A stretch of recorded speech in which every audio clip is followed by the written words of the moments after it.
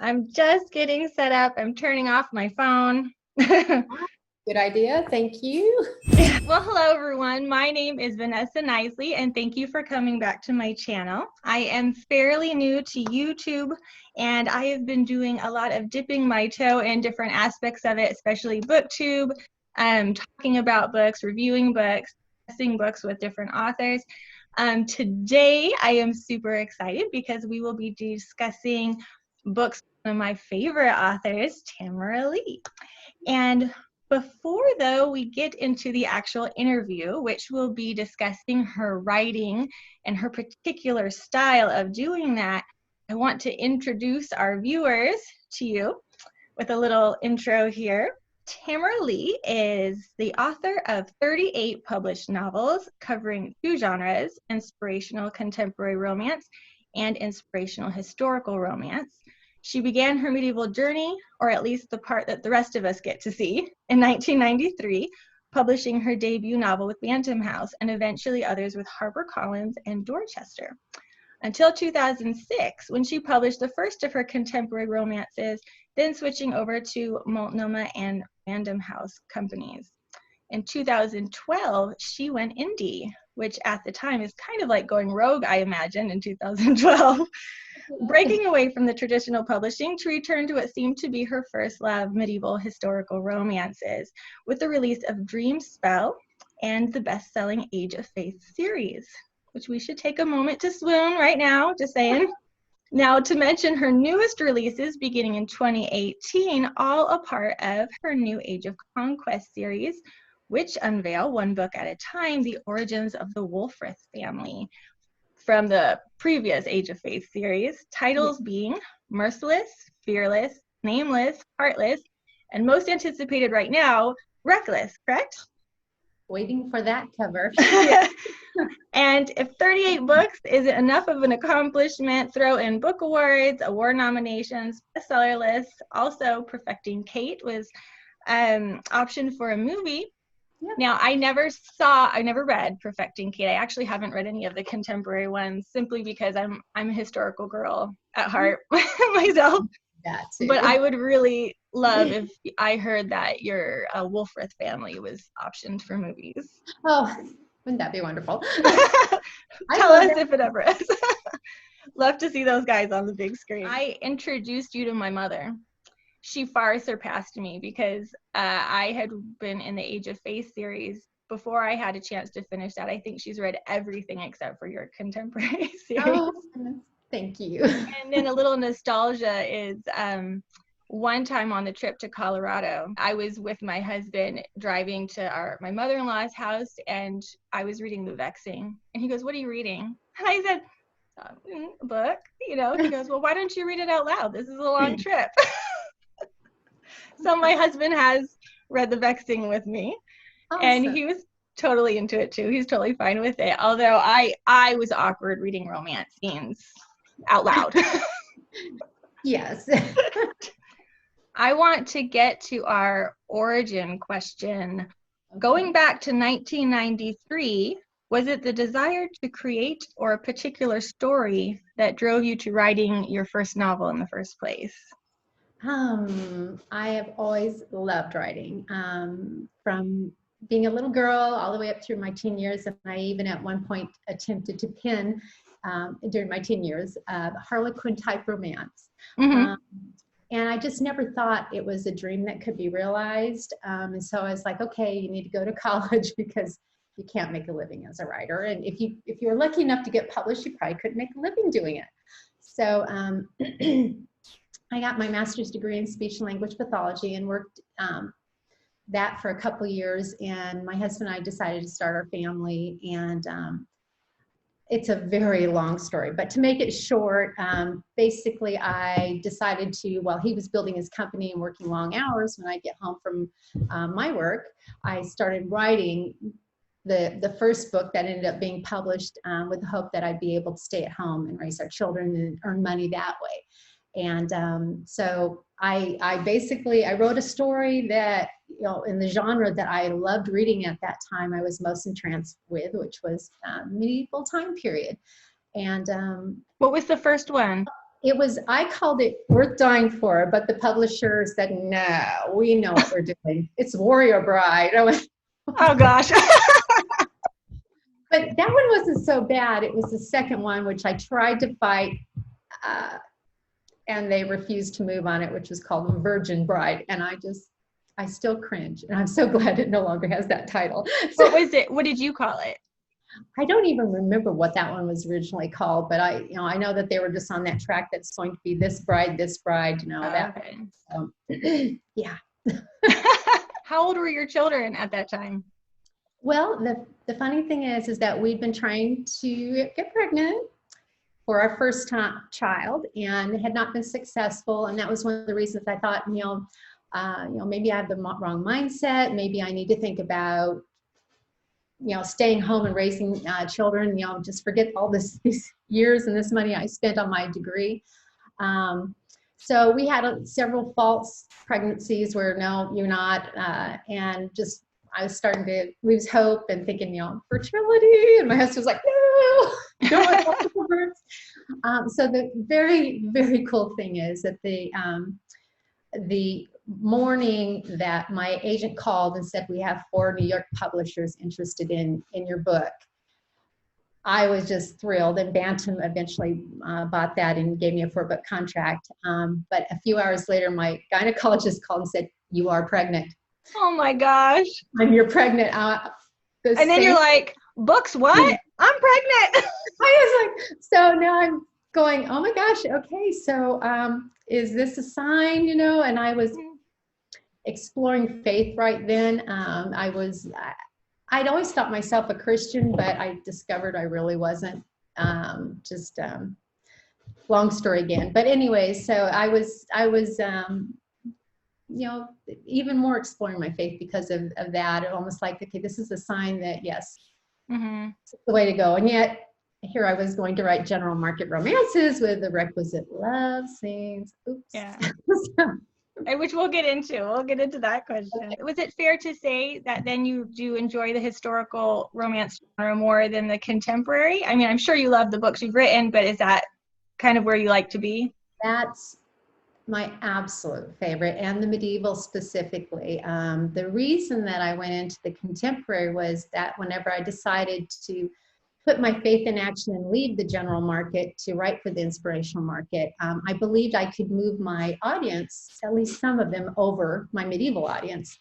And the publishers that my new agent found were all very interested in it because they thought the same thing. But in the end, they came back and said, every one of them came back and said, no, medievals don't do well in the inspirational market, so give us something else. And I went, well, I had this one story I wrote during one of my periods where I refused to write again, and I just had to write again, and I pretty much wrote it. It's like a contemporary humorous one, and my agent said, well, give me that. So I messed with it and gave it to them, and that was the first one that sold, and then 6 more followed. So there we go, in a nutshell. Yeah, but then you got back to historical as soon as you... Yes, and I was told at the time that they just said, I think if we get your foot in the door with the inspirational readers and the publishers, that you'll be able to go back to your first love. And so I was like, okay, well, I am enjoying this. It's a nice change of pace. But when it came down to it and I said, I'm ready to go back to inspirational, my agent shopped it around again and we started getting the same response. No, they won't sell well. And so I went, I'm going to go indie because I do like the contemporary, but I love medievals and I've been chomping at the bit to get back to that. That's where my heart is. And so that's why I went indie. That's awesome. I want to talk a little bit about the one that I just read. So I have read your Age of Faith series. I did read, what was the other one? Dream Spell, which I think is kind of an ingenious little, if that was the one that you left contemporary and went into the medieval again, it sort of has both. It's like the contemporary, time travel, go medieval. So it was a really good transition book. Yeah, it kind of was. Getting you back in that genre. But I especially love, my favorite out of the Age of Faith was Abel. And that is actually how I met you, is because I was on Avid Readers and I didn't know, I was new and I didn't know the authors were on there. So thank goodness. I was like, I just read the Age of Faith series. I love Abel. And you popped in and was like, oh, thank you. And I was like, oh, they're here? Oh my gosh, that's so cute. I'm so glad I said something nice. I better be careful. Oh no. I know. Who else is here? So I was a little starstruck, I have to say. So that was exciting for me. I just really liked his character. He was, I don't know, he had a little bit of a chip on his shoulder, but he was fun. And so the last one, I wanted to brush up on that series because I hadn't finished it. So I just read The Raveling with Elias. Yes. And one of the things that I wanted to tell you that I just loved about that is the Wolfrith men tend to have a little bit of a chip on their shoulder due to different circumstances and kind of some anger issues. A little hot-headed. And so I was wondering, I was like, well, Elias kind of followed that pattern, but he didn't. He kept him true to himself. He kept that troubadour spirit. He got mad, but not too long. He always felt bad about it. Yeah. So he was such a sweet, sweet character. I really liked him. I really tried to make sure that, you know, I didn't know you've got some of that anger element and the alpha male, but I do try to make sure that each of the heroes and heroines are not cookie cutter, that they're different from each other. So they're not as predictable. So. Well, the same with in the Vexing, Duran. Yeah, he had very much, he had his own personality too. I mean, I think the Wolfrith men, you can definitely tell they're related. You know, they've got very similarities, but then when you go off to the other characters, they definitely have their own personalities as well. When you get into a new book that's, let's say, like a Jane Austen or a Shakespeare, there's like, for me, there's like a time period where my ear has to get used to the language and then get in there. And it'd been a while since I'd read your books. So when I started The Raveling, I was like, what? But as soon as my ear got reattuned, I was just picking out sentences and highlighting them and how much. I have to tell you my favorites. I just do. Like a small bruise on a sweetly crisp apple fallen from its branch, whilst its sisters clung to their places among the leaves in the hope someone thought them perfect enough to climb up after them. I thought that was so clever. I loved it. And then my other favorite was, two other favorites. Elias talking, he did not fear it since he need not engage the actor to hide revulsion over a scar that began just shy of, and then it goes into the scar. I like that you kept pulling, like bringing in the duality of his personality. You know, like he was himself, but he could also slip into the actor and be deceptive if he needed to, or be over the top if he needed to. And so he didn't need to do that in this particular instance, which, you know, spoke of his genuineness. And then sliding words onto her emotions like beads on a string, and Elias was the clasp toward which her heart aspired. You've got some great sentences. I have to tell you, before I started truly writing stories, I wrote poetry. I love poetry. Did you? That makes total sense. There are times when I'll write something, I'll go, that's the poet in me. Yeah. So did you especially able to connect to Elias with that? Yeah. And the little song that he wrote and everything, that I really that. So yes, that was fun. I know, I always kind of froze up. I had a couple poems that one of my characters needed to do, and I'm not a poet. So I was like, oh shoot. Now I got to think here. Okay, you will bring in the king or the queen speaking. Yes. Did you have to do any particular research to know how a king and queen spoke? I noticed like we are happy you're here instead of I, and so. Well, mostly it's my research is from years and years of reading about particular kings, and Henry II and Eleanor of Aquitaine are my favorite, which, you know, they keep appearing throughout the Age of Faith series. I think more than anything, it's just kind of like internalizing from what I know about them, what I've researched, you know, because I'm putting in fictional words into their mouths, but I'm trying to stay true to what is known about who they were as people, how they might have reacted, how the anger or the love they might have shown, the kindness or not. So I don't know, just, you know, I come into a scene with this needs to happen, and how would, you know, I'm going to put the king here. how would he react to it? You know, he's pompous, he's, you know, Mm-hmm. but he's also, he likes these people. So, you know, he's going to let them know that, you know, I'm in command here, but I'm going to do you a favor. And yeah. So, Yeah. I don't know. It's just overall just a big umbrella that I get from researching them, kind of like as I've done with the Age of Conquest, you know, of William the Conqueror, and getting to know him, and like, oh man, these kings were really a lot alike. So, Well, you have some fun words in there to sort of just bring us into the time period, like mayhaps and can't even off the top of my head think of. Yeah. Sprinkle them in, and sometimes, you know, I sometimes overdo my sentence structure because I find myself slipping into the Shakespearean type, where you flip around, you know, the different parts of a sentence, and as I'm reading through, I'm going, okay, you can say 1 out of 10 of these. The other 9 have normal way, because people are going to be going, what? Wait, I had to stop and start over again. So I try to flavor it, and I hope that I don't over flavor it. No, I like the flavor very much, very much.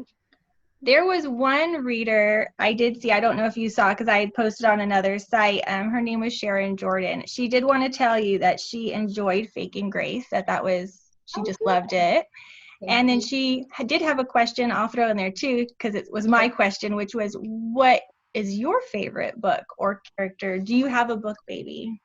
I was asked that. Do you have a book baby that you just... Yeah, I don't think I have a specific one, but there are ones that are more dear to me than others. And I'd say it's always the first in the series, like the unveiling of the Age of Faith, you know, Merciless, you know, Age of Conquest, Baron of Godsmere of the Feud. It just, it's almost like that's where my heart is, and that's where it launched itself from that point forward. And I don't know, but no. And when I'm writing, if things are flowing and I'm like going, oh wow, this is great, and oh my gosh, this is feeling good. Usually, you know, like Reckless right now, you know, that's waiting for its cover. Yeah. It's if I had to say anyone that's really right at this moment dear to my heart, it's that one, because it's so immediate. I know the characters, I know what happened. I haven't moved on to completely to the next story, that I've begun to kind of let that go so that I can focus on this one. So probably, if there is one, it's the one I'm working on. So I can't wait. I need to start that series. I need to start it. So I'm going to have a long way to go to get to Reckless. I got to start with the first one. Another thing that I really love about your books is the faith element. How as the reader you get dropped in and the characters are already Christians. They really, I like it because in your own life, at least in mine, I find myself talking to God quite a bit throughout the day. yes. And so I find that the characters talk to the Lord a lot, which is, I think, important, because in certain books I've read, they might be Christian characters, but little or no decisions that they do or make in the book relate back to their faith. They might not bring it back there as the reason they're making that decision. And I really feel like even with Elias, he's talking to the Lord a lot and going, oh, is this what I should do? And I don't want to fall into that sin again. And Lord, forgive me, you know. And so I really appreciate that. You said earlier that you were having a faith journey yourself. Right. And then you have some books advertised as clean reads. So did you go back and make them clean reads due to your own faith journey? Yes, absolutely. Because whenever I decided that I was going to leave the general market behind, and that was based a lot on difficulties I was having with my publishers, because my faith was starting to, in the last few books I wrote, it was showing up more and more in my books. And I'm writing medievals, which is also known as the Age of Faith, you know, that period where everyone had a faith, even if they were faking it so they didn't get right watered. So it was an everyday part of their life. So yeah, whenever I decided, well, back to what happened was my faith was showing up more and more. And with my was it my fifth? I think it was my fifth book with the one first with HarperCollins. They came back, it was like 130,000 word book, and they came back and said, well, paper's too expensive. We need it to be around 90,000 words. And I'm like, But Bantam Wow. book, 130, like, no, it's too expensive. But the main problem we have with it is all this preaching in the middle. And I was like, preaching? What are you talking about? And it's like this whole 25,000 words, segment where the gal is finding her faith. And I said, well, yeah, because everyone around her is dying. It's during the time of the Black Plague, It's like, Which book is that? I have to ask you.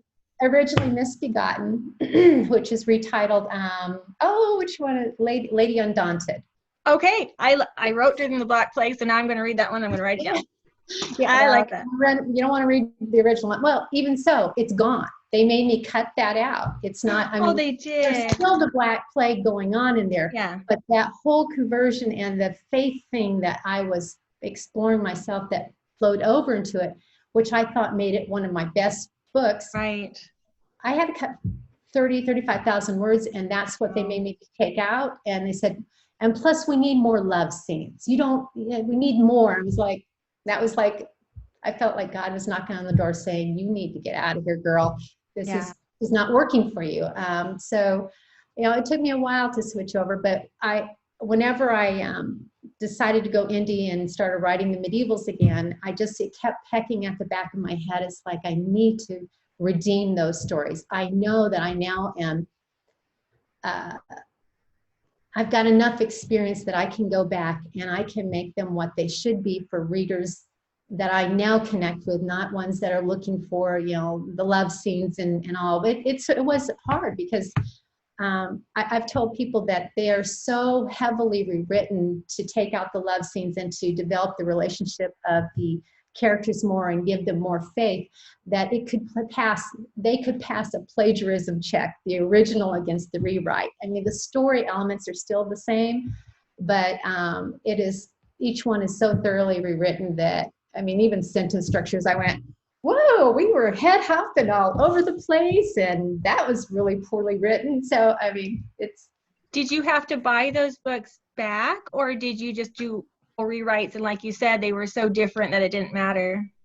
They had, whenever I left the general market, I requested they return the rights to me, and most of them came back very quickly. I had to kind of struggle to get the rest of them, but I got them all back. So yeah, not a problem.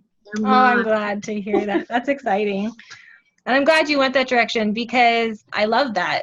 That's one of my favorite parts in the book, is their relationship to the Lord and that constant bringing that into the characters' lives. Mm-hmm. Because I discussed this with my friend Bethany when we discussed reading Christian fiction. It's one of the things that we love the most and expect in the genre when we're reading it, mm-hmm. is that faith element. So before we move on, I would ask our viewers, if you have a favorite Tamara Leigh book, if you want to put that in the comments, tell us which one is your favorite and why. What aspects of that do you love the most? I think that'll be fun for her to read. But we want to get in now to the more particulars, the meat of our interview, the method. Okay. One of the things that I noticed first about you when I would see pictures posted on my Facebook page in the feed was you writing out your books by hand. And I thought, oh, that's a little draft she's doing. How nice. Then I realized you were doing the whole books that way. And and you were kind of showing some of your margins. And I was so curious as to how I have moments where, especially with the kids, where taking a laptop is just really not that convenient. And they sort of feel like you're an absentee mom. Like your eyes are never on them. Yes, and I would grab a pad of paper and write, because it's like I could sit wherever they were sitting. So did you always choose to write that way? Is that like your normal? No, my general market books were mostly, I've always handwritten some of them, but very little in the beginning. The general markets were almost exclusively written on the computer. It wasn't until about 10 years ago I started going more and more to paper, and I think it was because I was able to produce more. I'm a perfectionist, so what would happen was I'd spend 4 or 5 hours writing one page, but it was a perfect page.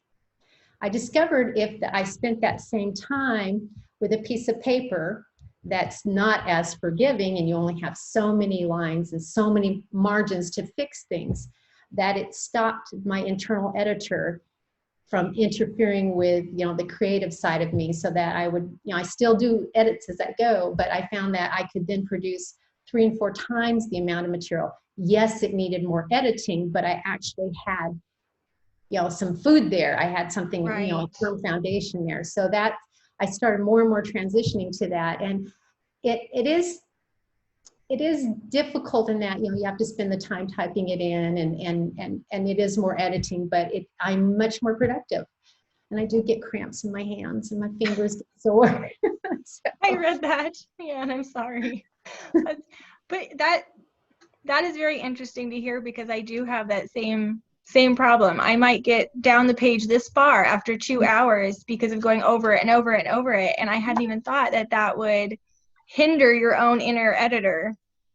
That was the biggest thing for me. And I think a lot of it too was, you know, as I'm aging, that I kind of had to readjust to what was, you know, stopping me and keeping things straight and on paper for some reason. Maybe because I grew up with pen, paper, and pencil. I didn't grow up with a computer. And so that is how my mind is geared towards creating something. And even though it worked fine with the first books, as I've gotten older, I've just found that pen and paper is mostly the thing for me. Sometimes I do write on the computer, but I'd say probably 75 to 95% of the books are written by hand. Yeah. Which probably allows you to go anywhere, right? You can go to a coffee shop, or if you go to someone's house or have like some downtime, do you like always have it sort of tucked in your bag, or? Yeah, I always have, almost always have pen and paper in the bag, and often I do carry around my computer too. I used to have little purses, now I have big ones so that I can carry around the computer, because in downtime, if like my husband says, hey, let's go do this, and then he has to stop and do these errands, I'll sit in the truck, and I'll sit and type in whatever I'd written, so I'm at least using that time to, you know, I've got the computer with me. So. Right. Can you show us? Do you have your papers with you? Because you have shown also in your pictures that you get very particular. You get very excited when you get your notepads and the pens that you love. Okay. My favorite pen is the Uniball Vision Elite. I used to use the bold one, but I'm using the micro one now. And the reason being that when I started having wrist problems, I found that if I wrote smaller and less movement in the wrists, I didn't get fatigue as much. And when you have a bold one, it gets really messy. If you know, writing small, it's so thick. So it's that. And then my favorite pads are the Levenger ones, the ones that have the margins down the side, because that is where I'll do editing. I have room. Here, hold it a little closer. There we go. There. Oh, wow. Okay. And so you will make notes to yourself in the margin? Yeah, like for instance, let me see. Now here's one that from the story I'm right now writing on, and I'll go back and I still do some editing, but how I do it is I'll come to the part like the word necessary, and I realize that something needs to be added there, and it's in my mind right now. So I number it, and then over to the side, I write what would fit there so that I can then pluck it back into there as when I'm typing it in. So kind of a built-in editing, but as you see, there's only so much room. There have been times when I've gone all the way around the page. I just get a new page out. It is kind of fun trying to track your work on the paper. I think I did that a couple times where I wrote like A next to a paragraph, circled it, and then like drew an arrow like several pages away. A, add it there. It gets messy, and then you're hunting down your words. It is, yeah. I tried not to get, and that's one of the reasons I try to write really neat, because it's bad enough having to, especially when I'm writing small, I'm going, what is that word? But yeah. Did you want to see the manuscripts, actually all the pages? Okay, I'm going to pull them over. I'm going to push my computer back so you can see this better. These are all, you can see. Wow. That's all the handwritten pages for the Age of Conquest series. And of course, the top one is really tiny because that's the new one. So, yeah. So the larger stacks are one book each? One book each, yeah. One book yeah. each. So there's, 5 and a third, a quarter there. So. Right. And you were telling me before that you had not saved them at first, but that someone had suggested your sons might want them. You didn't think they would, but then they surprised you by saying, yes, we do.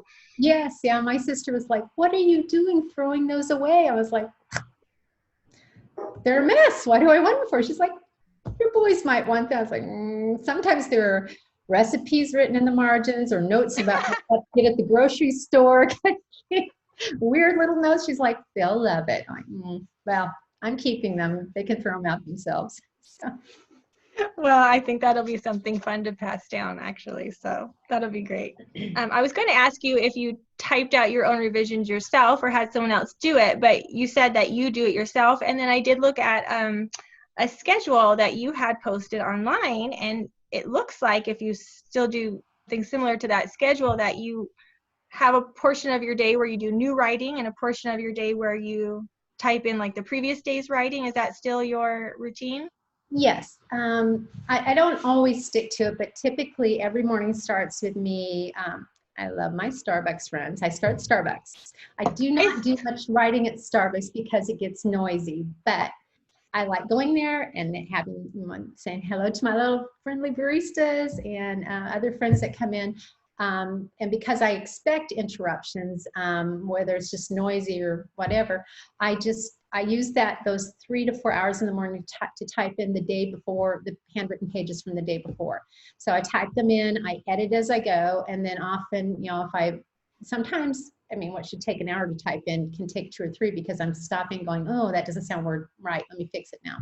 So then once I've typed it all in and done the first edit, often I'll go back and then read it all through and edit it again. And then I come home, print them off, and get my paper out. And if it's all quiet, I sit down. It's not always. I sit down and start writing. And then the next day, the next morning, those words will be typed in. That's typically how I do it. And so will you stay at Starbucks sometimes those 3-4 hours? That's all done there? Yes. I'm usually there between the hours of 5 and 9, sometimes 6 and 10. Mm-hmm. When I wake up, I go, okay, time to get up and go. It just depends on what time I wake up. So, and I also tend to do administrative stuff there, right? Social media stuff that doesn't require original thought. Yeah, or isn't painful if I'm interrupted. When you're interrupted in the middle of writing, as you know, as an author, when you've got especially if it's flowing, it can take you a half hour longer to get back to that state you were at where you were so deep in the story that the words are flowing. And so, yeah, that's painful. It is. I'll find I'm like, I have to read the same sentence 5 times because my kids have come in and interrupted me. And I'm like, forget it. Close the computer. It's, I look forward to the time when my kids are a little bit older. Right now, I've really changed my schedule to where I'm writing at night when they go to bed. Yeah. And that's difficult. That's difficult for me. I remember doing that too. So given your method of writing things out by hand, how heavily do you have to plot beforehand and have that flow in your mind? And do your characters always behave? And so what do you do when they really just go outside of your plotting?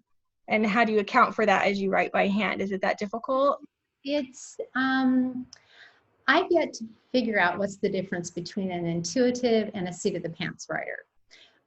You can call me either one because that's what I am. I pretty much start with a setting, obviously, and and of course the genre is going to be a medieval romance. But I start with basically a story premise that I want this to be the conflict between this hero and this heroine.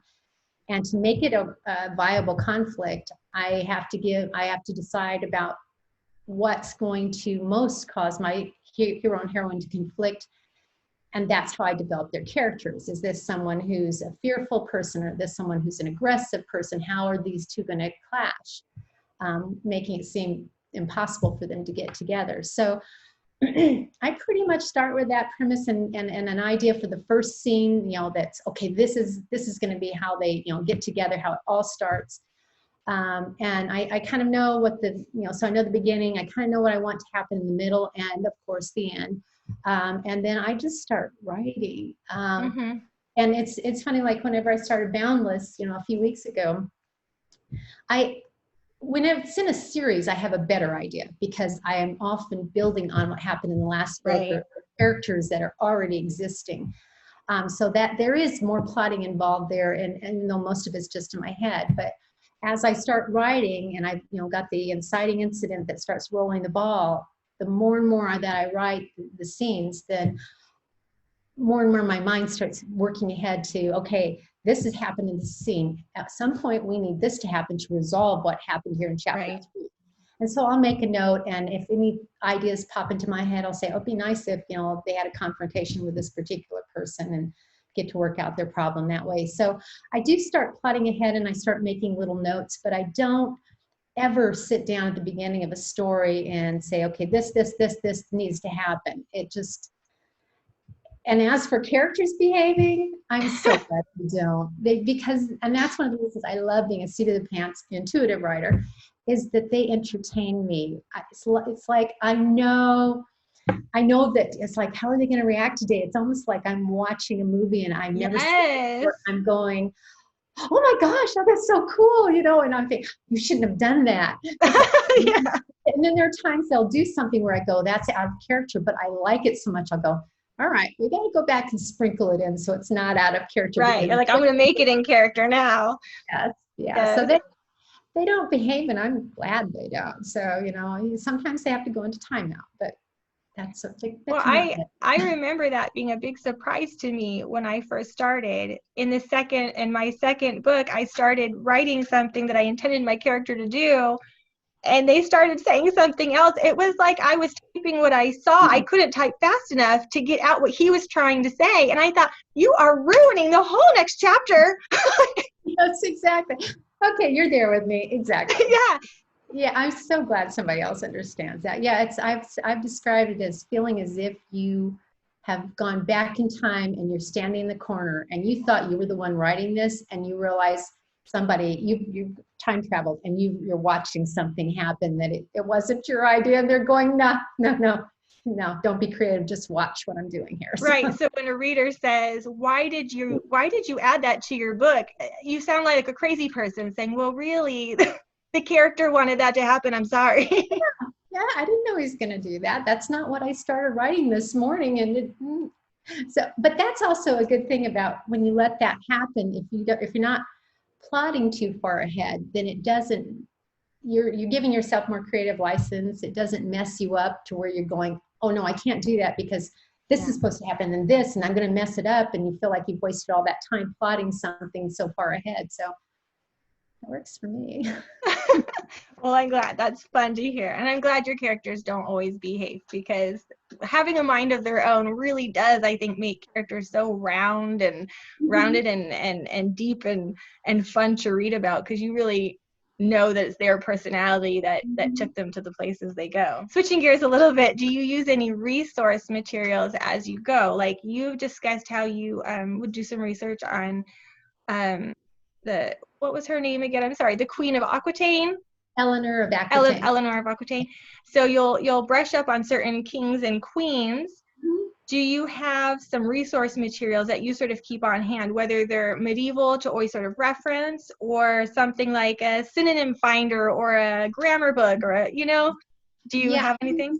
I use the writing program Scrivener, which has, the built-in synonym thing. So I love Scrivener. I do. Sometimes you just got to come up, you just find yourself using the same word over and over again. It gets boring. You just have to come up with a better way to say it. But I will give you a peek at just some of my other resources that are historical. All right. So there's some of them. And then here's another bookshelf, and then I do have some more bookshelves that I've just accumulated all these books over the years, and so and I'm always adding to them. I shouldn't, but I do. I see something good, and I was like, "Ooh, that's a different take on that time period. Let me see what they have to say." So Oh, that's Lots exciting. of resources. So, and I'm really bad. I'm really, really bad, but I figure there are resources I do highlight and write in my Oh, hardback. yeah. How would you find anything otherwise? Well, a lot of people, they just don't want to do that. They use all these sticky things. And I was like, no. I'm sorry. I bought you to help me write this book. So That's right. That's right. That's one day awesome. my library will hopefully go to somebody who doesn't mind having all the highlights in them and the weird little notes. But yeah, who knows? Just put your name inside and say owned by Tamara Leigh, and then if they know who you are, they'll be like, oh, they have a treasure of all the things that you use. Generally, writing every day as you do, or I guess I should ask that, do you generally write every day or do you give yourself a day off? I usually write 6 days a week, and sometimes on Sunday. I always, every day I'm doing something writing wise, but Sunday I try to give myself a break, but there are sometimes time whenever Saturday flows over to Sunday where I am so on it Right. that I got the roll going that, the next day I was like, okay, I got to sit down and write stuff. So Right. I do give myself the best break on Sunday, but I'm writing all the time. Especially, it's so much easier when your nest is empty. So Yeah. you'll get there. I know someday. It is difficult. I find myself struggling between giving my best to my kids, Yeah. putting my best in my writing, and I have decided to give my best to my kids right now. So my writing is taking a lot longer getting to the end of the current book than I would like to, but that's just where I'm at, my season of life. But with being able to write 6 days a week for as much as you're able, generally how long does it take you to write a book? Because I've noticed that, I mean, you really get a lot of them out there and fairly quickly, it seems, which is great for your readers. Well, I was doing it much more quickly when I was doing the rewrites because they did not take as long as an original work. But now I'm putting out 2, it will be probably 3 this year, but that's unusual. And the only reason it's going to be 3 is because it usually takes me 5 to 6 months to write and edit a book and have it ready for publication. It's about a 6-month window.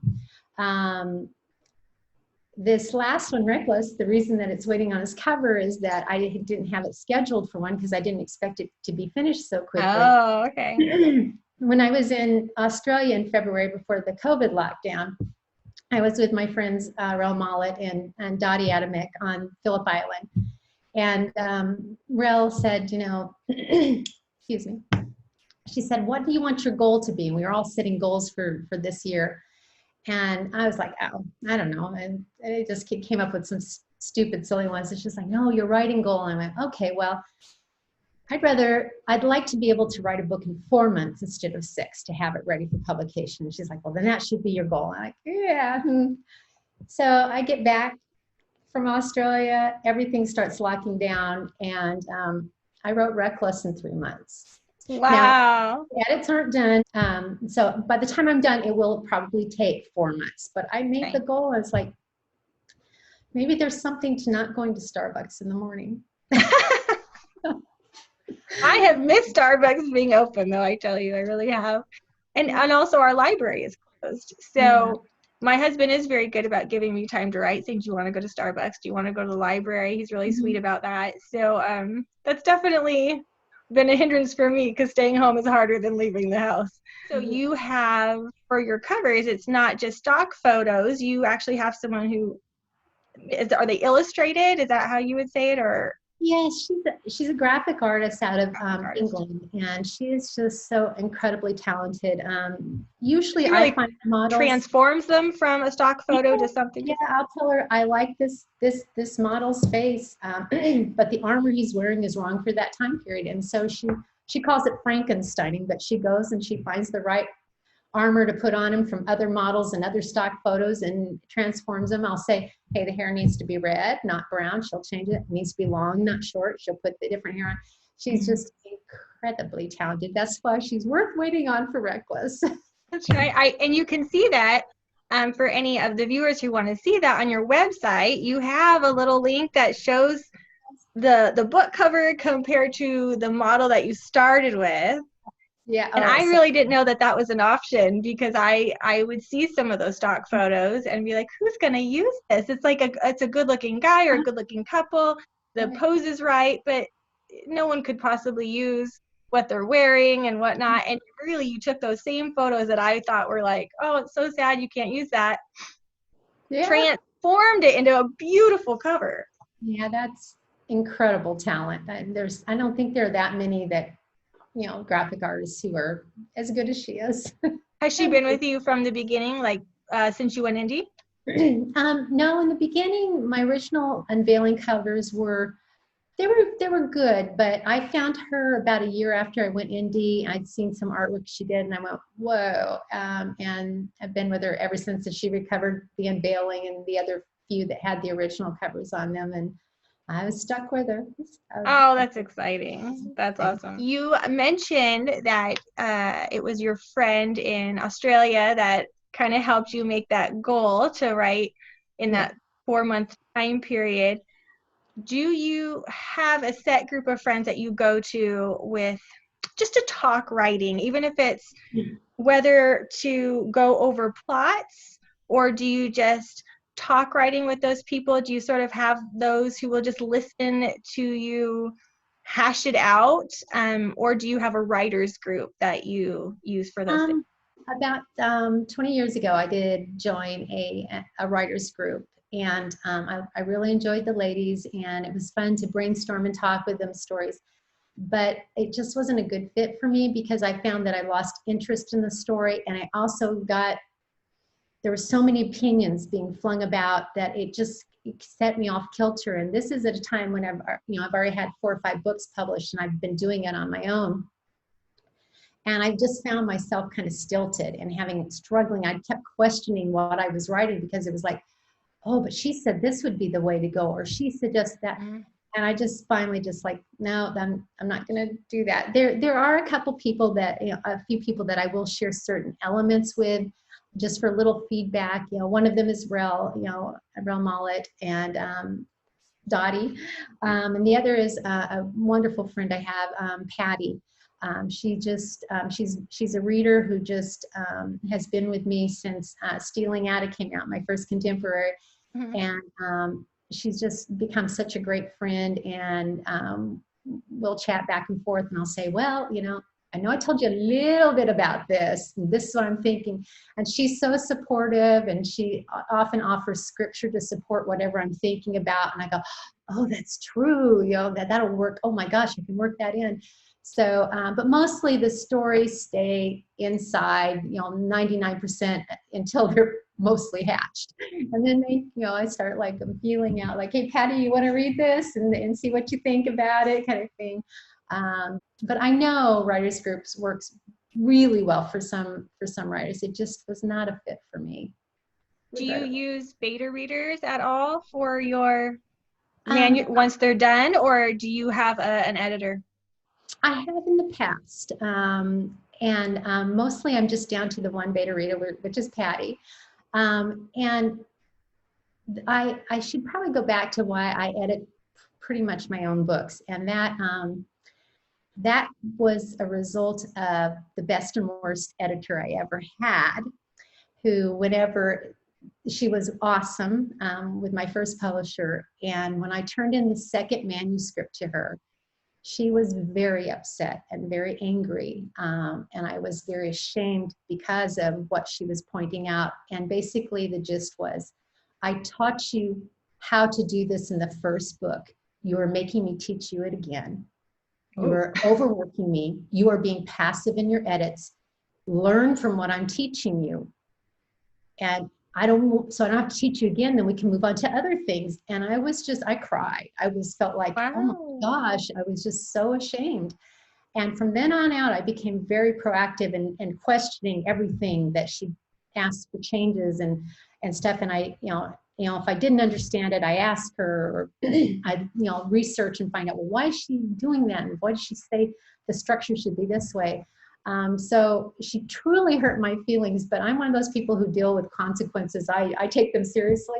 And so from then on out, I've always, even while I was still traditionally published with other publishers, I always tried to turn in as finished a product as possible, and very little edits compared to, I know some writers. I've had some extensive edits, but I've never had to do a complete rewrite. And so when I decided to go indie, I did contact some of my previous editors and said, you know, I'm thinking about doing this, and would you consider editing for me on the side? And one of them that I respect very much, she said, Tammy, she said, I don't think you need an editor. She said, you're the easiest author ever to edit. And I went, oh, yay, saved thousands of dollars, yay. So it's not to say the books are perfect, but I'm very conscientious about them, and my beta readers, and you know, now there's pretty much just the ones, they do come back and they'll catch little things, but most times they're small. I think the biggest thing that was caught was with the rewrite of Misbegotten that became Lady Undaunted, and Patty said, I know the original ended this way, but I feel like based on all the other medievals of yours that I've read, I feel like there needs to be better closure. I want to see them married. I want to see their happily ever after. I don't want to just know that it's on its way. And so I was like, And so I ended up writing an epilogue, and she was like, yay. And so basically she said, you're better than this. I want more. I want more. I want you to stay true to who you are as a writer. And this is not the satisfaction I usually feel at the end of one of your stories. I'll like it, but I want more. And I was like, okay. So, well, those are great people to have around, because I think if you do surround yourself with people who just are going to say that they love everything you've done, it's really no help to you. Right. Have those people who are honest, who are going to say, no, I expect this level. Don't go below your level. The more you practice your craft, the more independent you get, probably on all levels of it. Do you feel that way, that from start to finish, this package is yours? Yeah, I could not do what I'm doing right now 15 books ago. Okay. It's practice. And it is, again, going back to why I write by hand and all, is whenever you're finally able and you have everything in front of you, you're able to turn the creative aside, turn that off, and become the editor. And if you save that up for whenever it's really important, I think you're more ready to, red pen it and get it right. Does writing it by hand also help you with writer's block? Do you feel like you have less writer's block writing it by hand than you did on the computer, or is there? Yeah, I think some of my writer's block, when I've had it, and I do believe it's a real thing, was a result of the editor, the perfectionist, and intruding on me and losing that forward movement with the story that, instead of the creative mind going, okay, then this, and then this, you're going, that sentence doesn't sound right. Or maybe I should move that up here and this down here, or reverse this kind of thing. So, yeah. Do you give yourself, is it more like when you say, okay, there's a quiet moment in the day and I'm going to write now, do you just sort of take up the extent of that quiet moment, or do you give yourself like, I'm going to write for 2 hours, or do you have a word count? Because I noticed that you have occasionally posted this many words that you've accomplished that day. Is that sort of just you check it afterwards, or was that your goal to begin with? No, I don't usually set a goal. I'm thrilled if I can get 1,000 words in one day, and that's usually from writing at least 8 hours, because I don't flow. I've had 2,000, close to 3,000 word days, but those are very unique. That happened a lot with Reckless, the one that I finished. Much more, I log every day. At the end of the day, I go back. After I've typed everything in and edited, I go, okay, how many words did you write yesterday? And I go, okay, so 986 words, and how many pages does that translate with just from me? And then I'll make notes for what kind of a day it was, just kind of like, okay, lots of interruptions, or remodeling going on, that kind of thing, just to kind of, so I don't know, it's just, I like to log it so I know what kind of ended up being a bad day writing wise or a perfect day. So, but no, I don't set goals. I just kind of write as much as I can with the time that I have. Okay, so the logs aren't really for goal setting, more just for your own personal inventory. Yeah. Well, that's really interesting. It's inspiring sometimes when you look back and you see how you had, 5 days in a row where you wrote over 1,000 in each day, and you're like, okay, I did it then, I can do it again. And then it's also depressing when you write 400 in that same time period. You go, oh, what was wrong? But it does serve as motivation. I can see how that would really be very motivating. Like, I can do this. Yes, I can. That's right. Well, I guess two things lastly. One is, do you have any tips out of everything we've talked about, or something that we haven't talked about that you would give to a new author going forward? Oh, the number one is just practice. Write. Just, as we talked about, the more that you write, the better you get at it. Be inspired by books that are in your genre, that you can sit there and pick apart. I love to read a book and just for the pleasure of it, and then often I'll go back and go, why did I like that so much? And then I'll read it a second time. It's like, and then I've got the author is turned on rather than the reader. I'm going, oh, such poetry in those words, and I love the way that she said that, or the transition she made.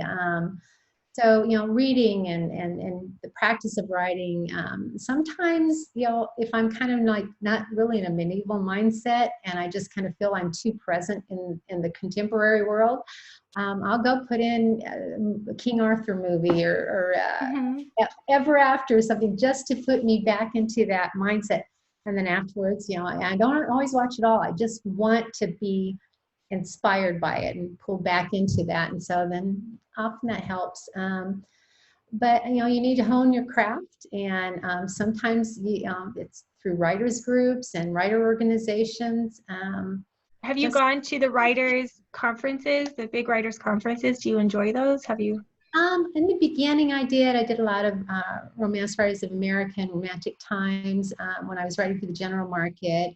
Since then, I've been to a few of ACFW, Christian fiction writers, and I've enjoyed those quite a bit. And I think they're very helpful. The workshops are phenomenal. So I definitely would encourage writers to network that way and hook up with editors and other fellow authors. And a lot of it depends on your personality. Some people are more geared towards big groups like that, and other ones, like me, unless I've got friends to hang around with, I'm standing back in the corner going, hey, is there a Starbucks in here? I can go. Yeah, a lot of times at those writers' conferences, if there's a coffee house nearby, that's where I slink off to. It's like, with your pad of paper, and you're like, I'm going to finish my book over here. Well, my husband's like, why'd you even bother? He's like, I see you posted you're at the coffee house. Like, well, I just felt like writing. So. Oh, I can understand that. Before we go, do you have any questions that we didn't cover by any of your readers kind of tuning in? I do.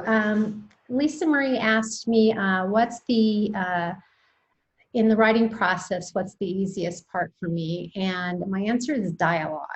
It's amazing how it can be the whole force of a scene. And it often just pops into my head. I'm just typing as fast as I can or writing as fast as I can. It just like, oh my gosh. And it will make a scene go a different way. That dialogue is definitely easiest. The narration and describing things, I'm like, I want to get back to the dialogue. And sometimes I'll leave spaces in there and go, explain this a little more. You need more atmosphere here. There are people milling about and your characters are acting as if they're alone in a room, you need to remember that. And then she also asked, what's the most challenging part of the process? And the first thing that comes to mind is timelines and keeping them straight, especially in a series. And then when you throw in trying to incorporate historical events into your timeline and you go, I was going to have this happen, and guess what? The king is not even in the country. He's over in Normandy. Like, ugh. So you're like, how can I make this go a couple months out? And I shouldn't be that particular. It is a fiction No, book, I but understand. Yeah. as true to history as possible, to where, characters were and what their state of mind was, were they in the middle of a battle or, assassination against their life, that type of thing. So yeah, timelines are very hard. And part of its laziness is that I was like, I don't want to record what happened right now or, keep up with this. And I just want to keep writing. And it's like, no, log down what happened so that you're ready for the next scenes and everything. And then she asked, what helps me overcome the challenging parts? And in this order, it's hot chocolate, lattes, and caramel macchiatos. But seriously, probably the biggest way of overcoming my challenges is sticking to routine. Okay. Staying on a routine, knowing that, and that's not always easy. So, things happen where you're thinking you're going to be writing today and you find out you can't. Or you're only going to be able to write an hour here and an hour there. And I need really several hours at least to immerse myself into a story if I'm going to be productive. Hour here and there, I might as well just edit. So. That is so encouraging to hear you say that. And so for any other authors out there, new authors, to hear you say that, I hope it's encouraging for them as well, because being only four books into my series, it's going to be 5. And so on the one hand, I feel like I've grown. But then on the other hand, I still find myself feeling like that. Why can't I put more out in this hour or two I have? Why does it take me 3 hours before I'm actually like zooming along and hitting that? And I feel like, shouldn't I be past this by now? So to hear you 38 books in to say that sometimes those 2 hours are not enough to get immersed the way you need to be is intensely encouraging for me. It's just, everybody's different. I know there are some writers that can just pop in and out, but it's hard for me. It's terrible when I'm sitting there rolling along and I'm babysitting my son's little dog and he's pawing at me and I was like, oh, I know he needs to go for a potty walk or he's going to have an accident. Like, oh, and then I take him for a 15-minute walk and I come back and I'm going, okay, this is going to be an hour or two before I get back into this. So, little things. You're debating pick up a potty accident or stay in my book. Yeah, and I've picked up some potty accidents. Well, sometimes that needs to happen. The dog needs to understand this is important business. Exactly. You are on tamaraleigh.com. I visited your site. It's a really beautiful site. And there's, like I said before, there's places to look at your covers. You've got some reviews from readers on there. You've got all your books going across the top there, which is really fun to see. And then the social media platforms that you visit the most, you said were Facebook and Instagram. Yes. And Reckless, your newest book, which you're waiting, like you said, on the cover. Yes. And do you have any idea, like a roundabout idea when you think it might be? Well, my graphic artist has me down for an October cover, which was farther out than I wanted as it was. And then when I told her, I'm almost done, can you push me up? She's like, I am so solidly booked, but if anyone cancels, I will slip you in. So it could be next month. The book might not come out till October, which, though, there's something good about that. There's something good. That means that the one I'm writing now will be very close to Reckless. Because I've got that cover scheduled for November. So. Oh my gosh. So you're going to have a very boom, boom. If you can get it written, if you can get it done, then that'll be exciting. And that one's called Boundless? Boundless, yeah. And then there'll be 2 more in the series. And that was my next question. How many more? Yeah, I just had to do 8 Age of Faith series. It was like, there has to be the same number. And so, then the next series, probably 8. Do you already have it in the back of your mind, right? What you're going to do next? Actually, I do. I've been wanting to write the Age of Honor series set during the 14th century. So that was, you'd have your Age of Conquest in the time periods, Age of Conquest, Age of Faith, and then Age of Honor. And I actually, in Heartless, gave a peek at the end, the epilogue, I made it an epilogue / prologue / excerpt. And it gives you a peek at the Age of Honor series, the first book. So Oh, very exciting. I look forward to that. Well, thank you, Tamara, so much for coming on my channel and for letting me interview you. It's been really an encouraging interview for me, just personally, to hear your process, and I'm stealing a lot of it. I think I'm going to go to some paper and pen writing because I have some of those same issues, you know, or hours and hours that I've forcing myself to get past my perfectionism. Mm-hmm. and to take an hour to get through 5 sentences just does not get you far. Oh, no. Been there, done that, still sometimes do that. So yeah, so I am open to all the advice I can possibly get. Thank you for the interview, Venessa, and I appreciate all the readers who submitted questions, and I think we answered probably all of them, hopefully well. Yeah, I think they were covered. It was a blessing today. Thank you. And you stay safe, your family stay safe, and your son in Paris, that he stays safe during the whole COVID season, and all of you. Thank you, you too.